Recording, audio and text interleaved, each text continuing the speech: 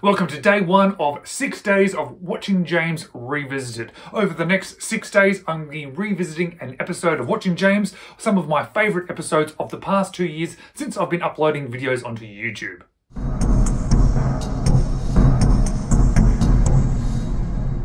Hello, you're watching James. My name's James, you're watching me, and I am talking about watches. And today I am revisiting the first ever episode I released onto my YouTube channel. And that is the full review of my Longines Hydroconquest. And I'm going to be revisiting this episode for two reasons.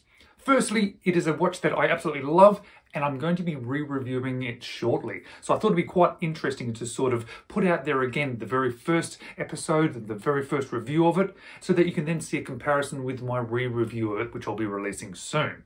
Secondly, I thought it'd be quite interesting since I'm getting some more subscriber numbers. Some of you maybe haven't seen some of my older videos, so I thought I want to show you something with how I started, how basic the videos were, and how much it's progressed over the last couple of years. So let's jump into Watching James Revisited, number 1 of 6 days in a row, my Longines Hydroconquest.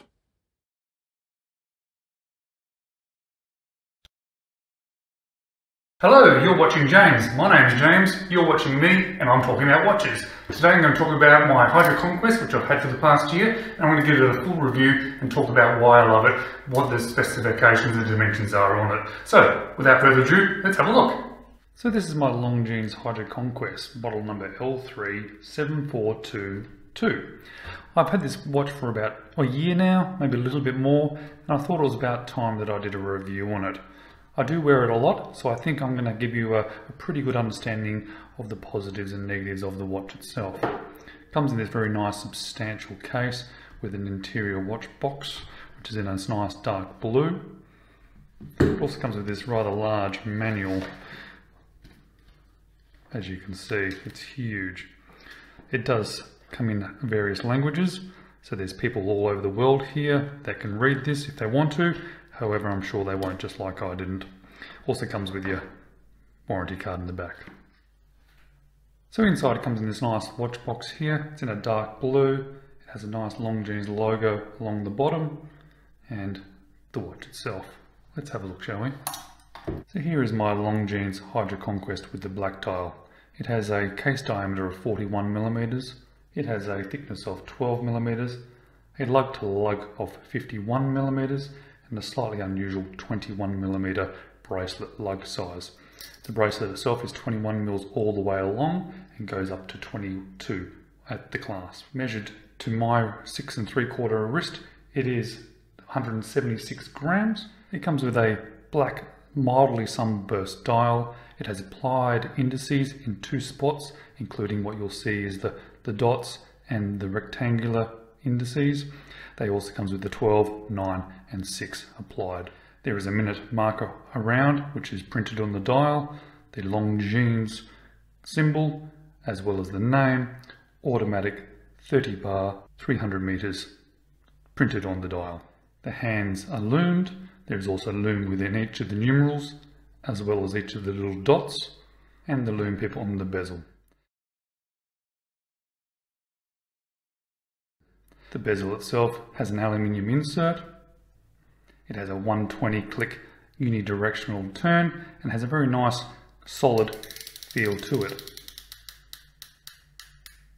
One of my favourite parts of this watch is you'll see the grip on the side of the bezel stops at both the bottom and the top, creating a nice harmonious flow from the bracelet up onto the watch. It does, however, make it a little bit harder to grab because you can't hold on to those sections. So when you do turn, it is from the sides. It is a solid, very nice feeling clicking, no movement whatsoever. It has these large crown guards, which are not to all people's taste. However, I like the geometric shapes of it. The crown itself is very nice. It has a lovely gripping pattern with a machined end, which you can see dips in. It comes with a signed crown in between those 2 geometric crown guards. The bracelet itself is brushed on the outsides and a high polish on the center. And as you can see, it gets marks very easily. However, it does give it that much more dressy feel to it. The clasp itself has a security latch and then a friction lock. with this very nice, solid, milled clasp. It does have a diver's extension. The case back has a very nice, well-defined 3D image on the back, denoting the Longines. The symbol states that it's the Hydroconquest. It shows that it's 300 meters water resistant, stainless steel, Swiss made. It has sapphire crystal with multi-layers of anti-reflective coating. Inside here we have a L888 movement, as denoted by the Longines website. That is actually an ETA-based movement, which is made exclusively for Longines. The Longines brand is owned by the Swatch Group, which also owns ETA, so ETA supplies the movements for this. And as you can see, being only 12mm thick is a very thin, nicely sitting watch. You'll also see how much it curves down so that it curves and forms to the wrist. So firstly, let's talk about a couple of things that I probably dislike about the watch. And I guess that's probably a little bit harsh. I don't dislike them, but they're probably the biggest negatives that I can find about the watch. Firstly, the clasp.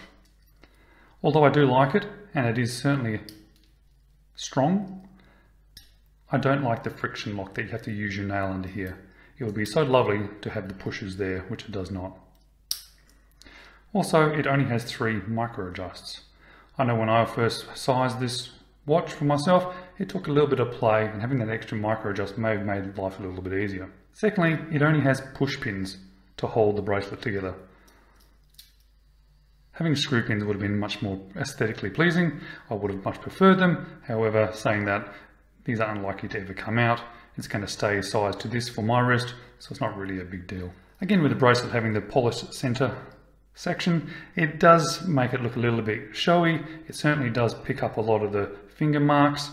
However, because this is technically my good watch, the one where I wear out when I go out to nice dinners, it is nice to have it a little bit more showy, I guess. So let's talk about the things that I do like about it. Obviously, aesthetically, I love the look of the dial here. It's a really nice look. I love how the second hand pushes right out to the minute track and have this lovely little red arrow on the edge. I also like how the bracelet integrates into the case. You'll see it steps in and then steps in one further.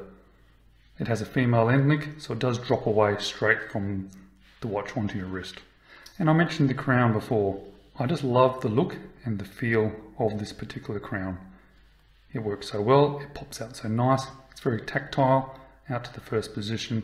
Obviously has hacking and hand winding as well. It's a very nice crown to use. So let's have a look at it on my 6 3/4 inch wrist. So there we have it on my 6 3/4 inch hairy wrist. As you can see, it fits very nicely to my wrist, partly because it does drop straight down, but also because of that lug to lug fits very nicely. Because it is also quite a thin watch, it sits very nicely on my wrist. It profiles with the curvature of the case to my wrist. It's very pleasant to wear. Being 176 grams can be a little bit weighty, but I actually like a weighty watch, and I also like a little bit of movement and to feel that shake as you shake it down below the knuckle or push it back above the knuckle. So let's get this one on the time grapher. As you can see, this is a 25,200 vibrations per hour. Having reduced the vibrations slightly does give an extended power reserve of 72 hours for this watch. You got 0 beat error, which is very good, slightly low amplitude, and 0 seconds a day. You can't complain about those numbers. So there's my 1 year review of my Hydroconquest. I love this watch. I've had it for over a year. It was a gift from my wife, which is making it very special to me. My family also chipped in for it. I got it for my 40th birthday. It was also the watch that made me go from liking watches to absolutely loving watches. I did the whole go down the rabbit hole sort of thing, looking at reviews just like this, and I came across this watch. Even though I went through thousands of other watches, this is the one I kept coming back to, and this is the one I got. I hope this helps you a little bit in regards to not getting to know this particular watch, and I hope that you buy one because they're awesome. Wonderful. You have a good day.